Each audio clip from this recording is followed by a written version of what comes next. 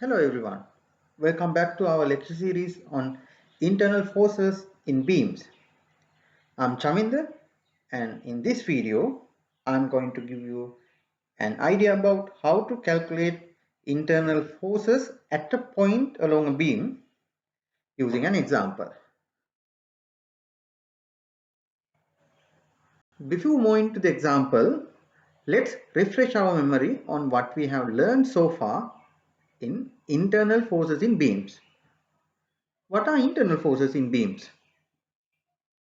Hope you can remember we learned three internal force types, namely bending moment, shear force, and axial force.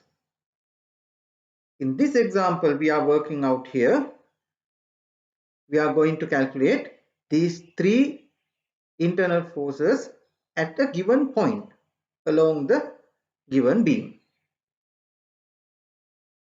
Let's see how we are doing that. Okay, let's look at this example. We have given a beam AB with a length of 2 meters. You can see the external loads applied to this beam.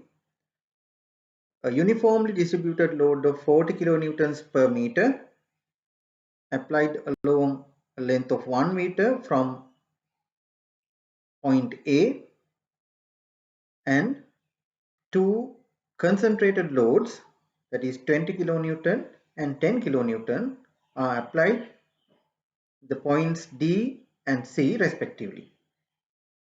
And this beam is supported with a pin support at point A and a roller support at point B. Now we have asked to calculate the bending moment, shear force, and axial force at point E of the beam AB. Now point E is where a 0.8 meter away from the point A. So we'll see how we can calculate these internal forces of the beam at point E. Right. What is the first thing we should do to start analyzing a structure? We should find the reaction forces. So this beam is supported with one end with a pin support and the other end with the roller support. Now when we consider a pin support, how many reaction components? Two. One vertical reaction component and one horizontal reaction component.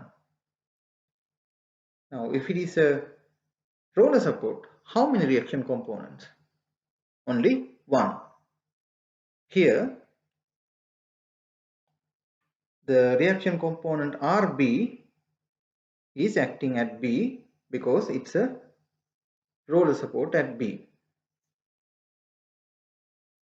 So for the overall stability of the structure, we can apply the three static equilibrium equations to calculate RA, RB and RY. Now you can see there is a distributed load.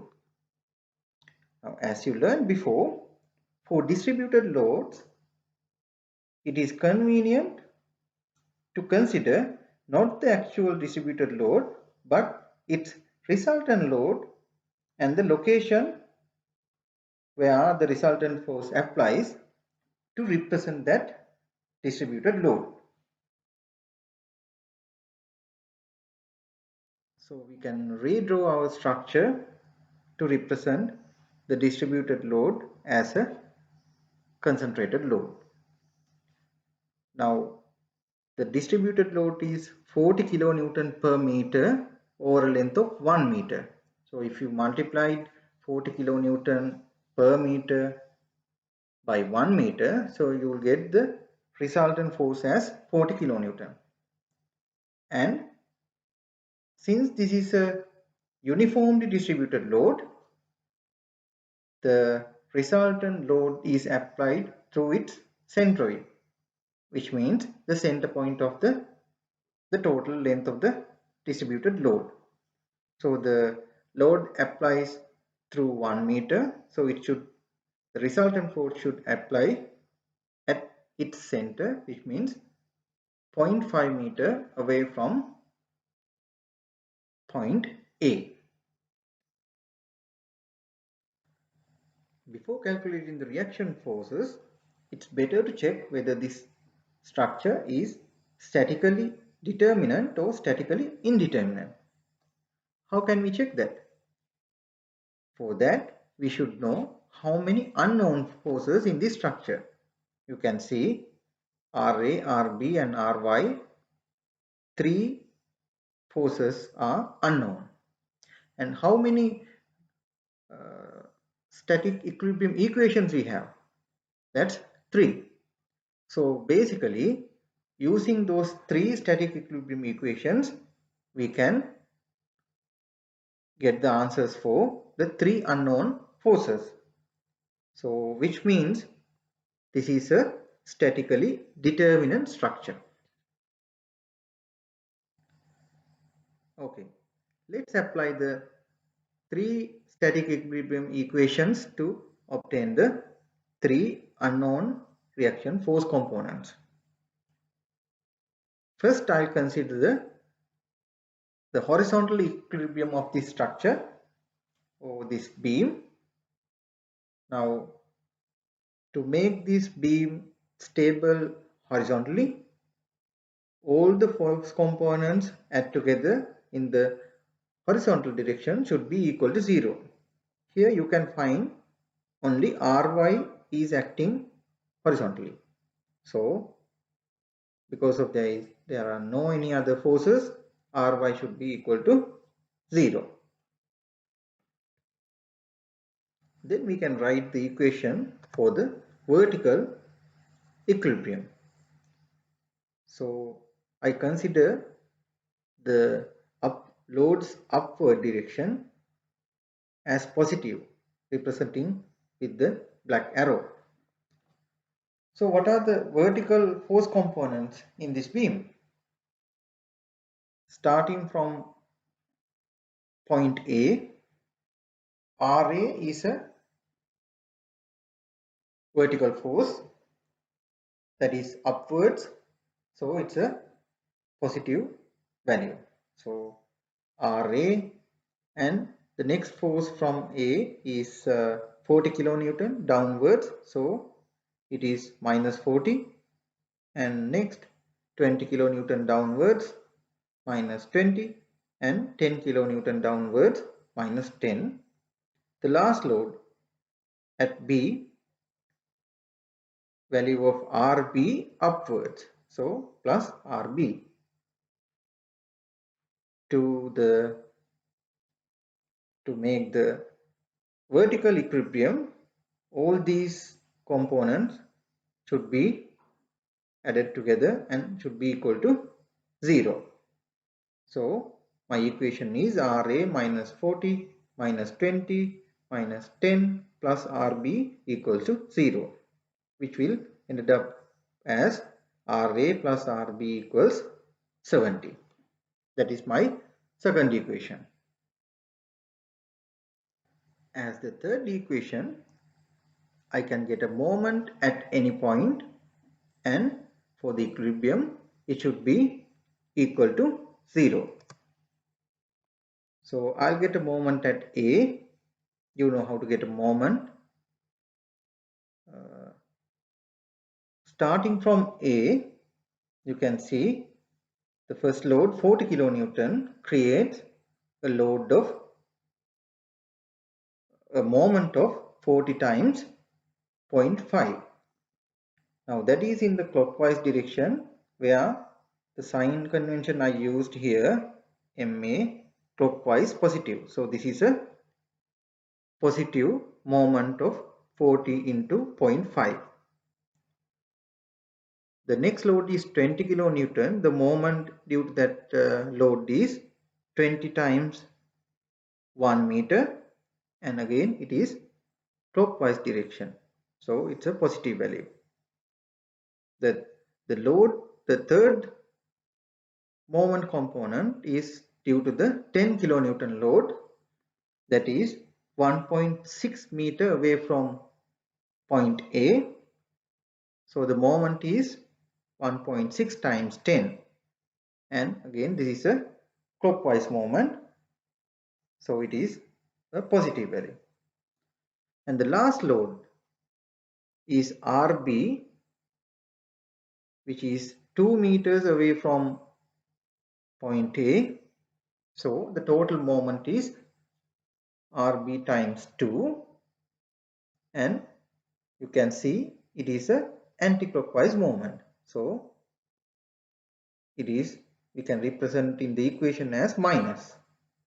So all these moment components add together should be equal to 0 for the equilibrium of this beam.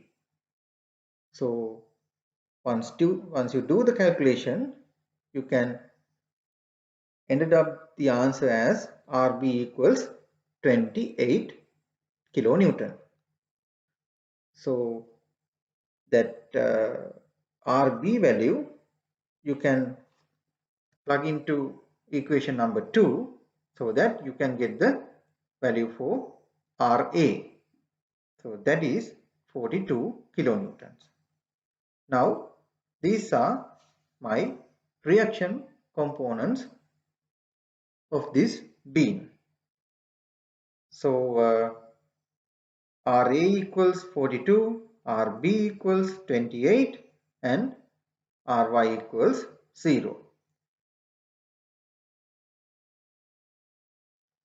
Okay, once we know the reaction forces, then to calculate the shear force, bending moment, and axial force at point E, we should cut the structure from E and draw the free body diagram for the part we consider. You can see the circle that is the part we are going to cut, which is 8.8 meters away from A, and we are going to draw the free body diagram. Now we have to mark the internal forces acting at point E to make that free body stable. So we can assume it acts the shear force and an axial force and the bending moment. So due to these three internal forces, this cut beam component is stable due to the given loading arrangement.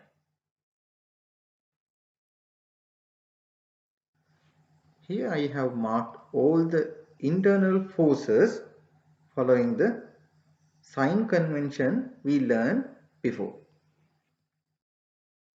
As this section of the beam should be stable, we can apply the three equilibrium equations to this beam component, and we can calculate the values for S, M, and A. First I will apply the equation for the horizontal equilibrium. So the only force acting horizontally is the axial force, but there are no any other horizontal forces, so A should be 0. Then the vertical equilibrium of the structure, we can apply the equation to calculate all the vertical forces, which at the end the total should be equal to 0. So what are the vertical forces? 42 is upwards positive and 32 is acting downwards, which is minus, and There is another force, that is shear force, acting downwards, again minus. So we can do the calculation and we can find the shear force S as 10 kilonewtons. I know you can understand how we get the 32 kilonewton load into the equation 2. So 32 comes by multiplying 40 kilonewton per meter, that is the uniformly distributed load, times the length we consider, that is 0.8 meters.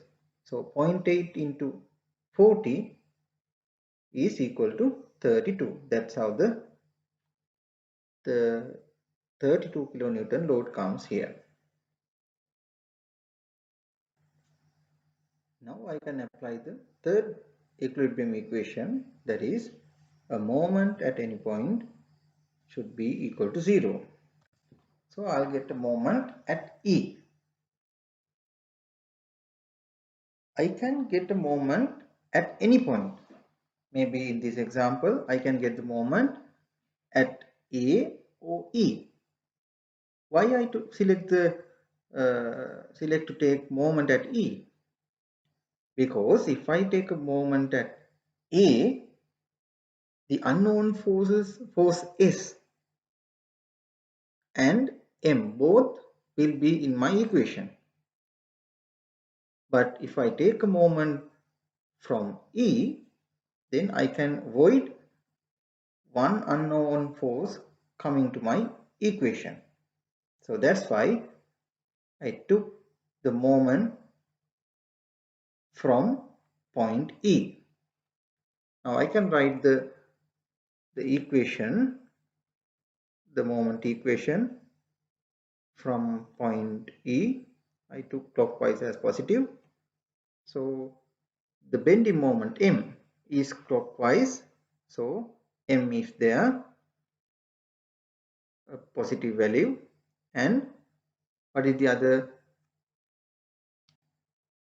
The moment component. That's 42 kilonewton acting at point A. It creates a moment to E with the distance of 8 meters. So the total moment it creates is 42 times 0.8. Now since that also clockwise direction, so it's a positive value. And the 32 kilonewton we discussed before, the resultant from the uniform distributed load, is acting at its center. So the 0.8 meter, the total length of that uniformly distributed load, the center is at 0.4 meters. So the moment generating at point E is 32 times 0.4. Now since that is anti-clockwise direction, the moment, so it will be a minus value. So my total equation is M plus 32 times 0.8 minus, sorry, M plus 42 times 0.8 minus 32 times 0.4. Now this total moment should be equal to 0. So once we do the calculation, we can get the answer for M, that is M equals minus 20.8 kilonewton meter. So we got the answer for all the three unknowns A, S and M. As I explained while working on this example, we have now calculated the internal actions at point E. That is the bending moment, which represents M. The value of that is 20.8 kilonewton meter acting anti-clockwise direction, that's why minus. And the shear force, which is S, is 10 kilonewton, and there is no axial force acting at E in this beam structure given for us to analyze. So that is the answer for the question that we were asked. So that's how you calculate the internal actions at a given point.